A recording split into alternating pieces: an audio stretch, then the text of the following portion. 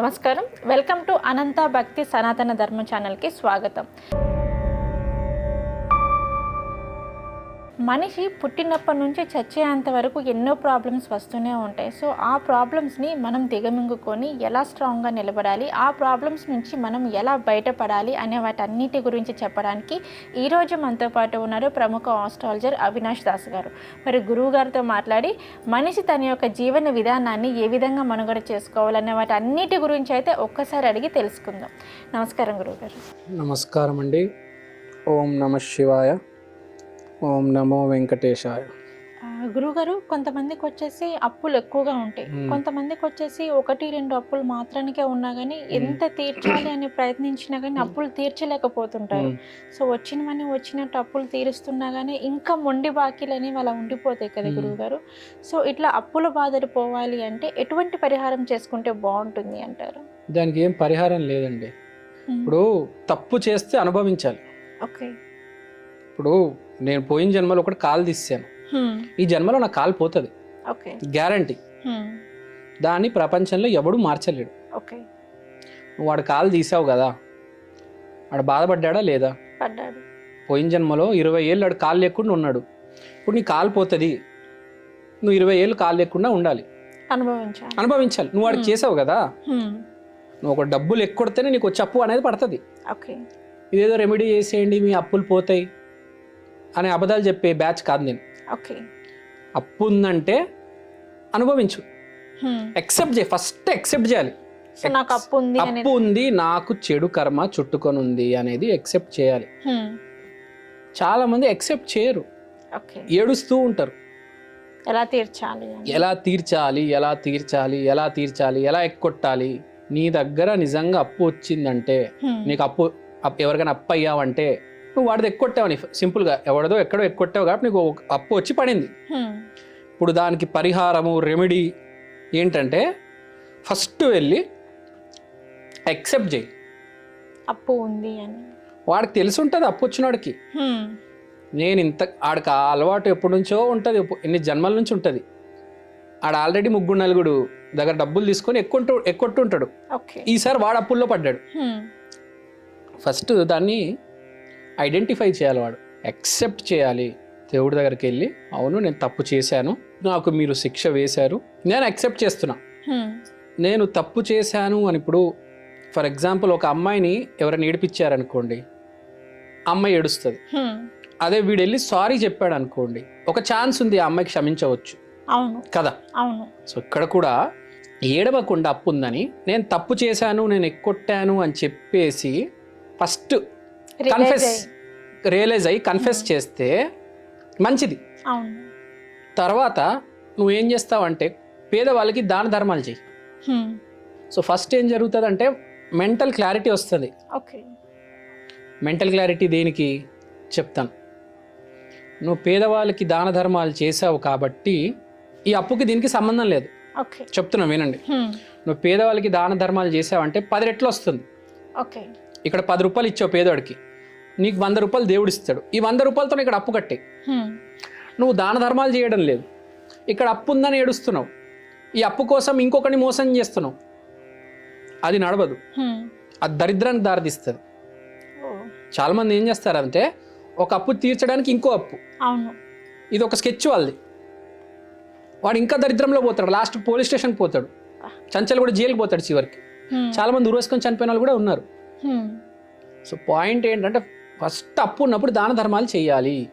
ఎందుకంటే నీ స్థాయికి మించింది కట్టాలి నువ్వు, కాబట్టి నీకు స్థాయికి మించింది రావాలి. అది ఎక్కడొస్తుంది? పేదవాళ్ళ దగ్గర నుంచి వస్తుంది ఆ ఆశీర్వాదం అనేది.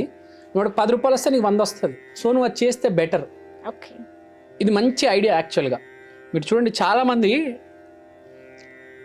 ఇది చేస్తూ ఉంటారు ఈ టెక్నిక్. గుళ్ళలో నేను చూసాను. అన్నదానాలు ఎందుకు చేస్తారంటే వాడికి ఏదో సమస్య ఉంటుంది, వాడికి ఏదో ఆరోగ్య సమస్య ఉంటుంది, వాడికి తిండి అరగదు. ఇక్కడ తిండి దానం చేస్తాడు, జీర్ణశక్తి పెరుగుతుంది. సో ఆ బ్యాలెన్స్ అనేది తెలియాలి. అప్పు కోసం ఇంకో అప్పు చేయకూడదు, కూర్చొని ఆలోచించాలి. అందుకని పాజిటివ్గా.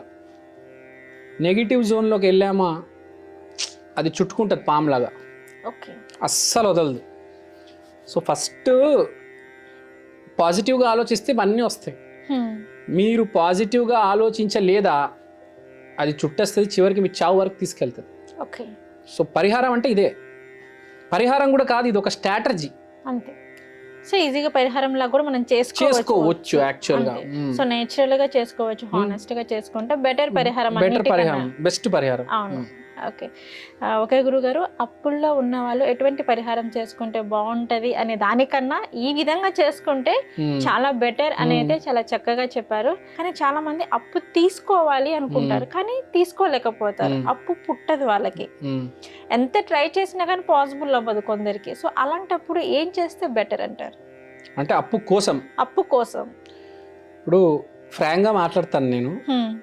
అప్పు కావాలి అంటే బేసిక్గా మన శాస్త్రాల్లో డబ్బు ఎవరి దగ్గర ఉంది? లక్ష్మి దగ్గర ఉంది. అవును. ఇప్పుడు విష్ణుమూర్తికి లక్ష్మీదేవినే దిక్కు.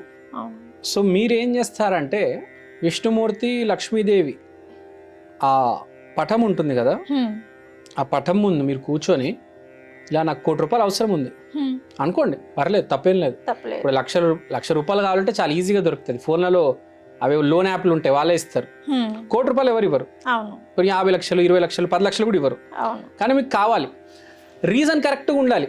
అది కూడా నిజం. పాయింట్.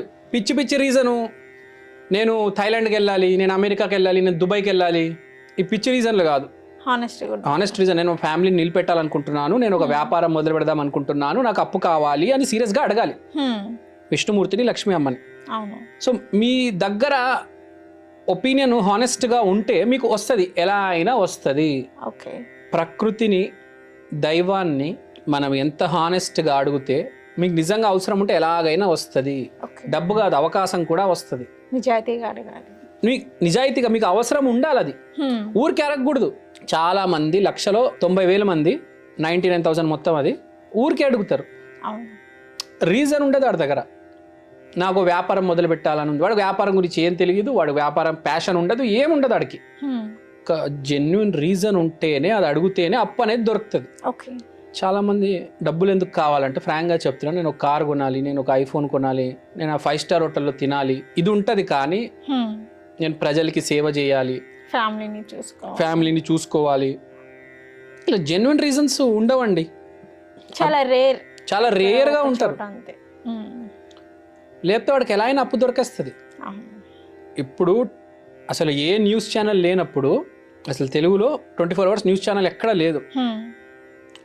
ఒక ఆయన న్యూస్ ఛానల్ మొదలు పెడదాం అనుకున్నాడు, అతని దగ్గర ₹1 లేదు. కానీ అతను ఏంటి మనసులో ఉంది, న్యూస్ ఛానల్ పెట్టాలి, అందరికీ తెలియాలి అని మనస్ఫూర్తిగా అనుకున్నాడు. కానీ పాసిబుల్ అవ్వట్లేదు. ఛానల్ పెట్టాలంటే కోట్లు అవుతాయి, అతని దగ్గర డబ్బులు లేవు. అతను ఒక పెద్ద ఆయన దగ్గరికి వెళ్ళి డబ్బులు అడిగితే డబ్బులు ఇచ్చారు, కొన్ని ₹1,00,000 ఇచ్చారు. దాంతో అతను న్యూస్ ఛానల్ పెట్టారు. తెలుగులో ఫస్ట్ 24 hours న్యూస్ ఛానల్ వచ్చింది అప్పుడు, దాని పేరే TV9. సో అతను మనస్ఫూర్తిగా ఒక న్యూస్ ఛానల్ పెట్టి ప్రజలందరికీ న్యూస్ అందించాలి, ఆ చైతన్యం తెలియాలి ప్రజలకి ఏం జరుగుతుందని. సో ప్రతిదీ తెలియాలి ప్రతి ఒక్కడికి అని చెప్పి ఒక లోపల బర్నింగ్ డిజైర్ ఉంది అతనికి. సో TV9 పెట్టగలిగాడు కదా ఆ మనిషి. ఇప్పుడు పేర్లు అనవసరం. సో ఒక యూజ్ ఉండాలి నీ చేసే పని వల్ల, అప్పుడే అప్పు దొరుకుతుంది.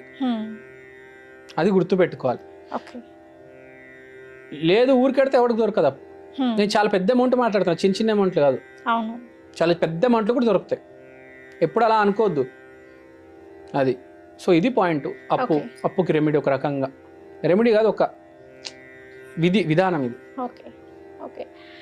ఓకే గురుగారు, అప్పు తీసుకోవాలంటే ఫస్ట్ మనకు ఉండాల్సిన విధానం ఏంటి అనే వాటి గురించి అయితే చెప్పారు. నమస్కారం. Thank you.